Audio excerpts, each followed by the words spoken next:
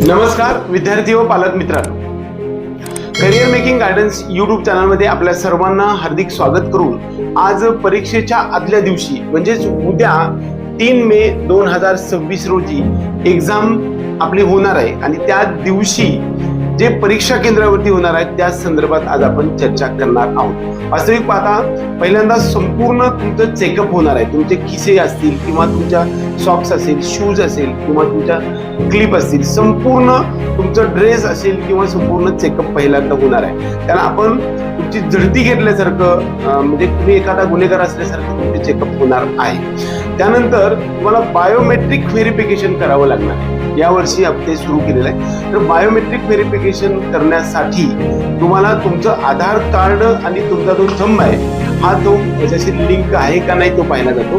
त्या व्हेरिफिकेशन मध्ये जर समजा तुम्ही व्हेरिफिकेशन झालं नाही, बऱ्याच वेळा ज्यांचं बायोमेट्रिक व्हेरिफिकेशन असून सुद्धा व्हेरिफिकेशन होत नाही, तर अशा विद्यार्थ्यांसाठीच काही काळजी करण्याची कारण नाही। अशा व्हेरिफिकेशनसाठी तुम्ही काही घाबरून जाण्याची काही गरज नाही। तुमच्याकडून एक अंडरटेकिंग भरून घेतलं जाणार आहे आणि ते अंडरटेकिंग तुम्हाला परीक्षा केंद्रावरती मिळणार आहे।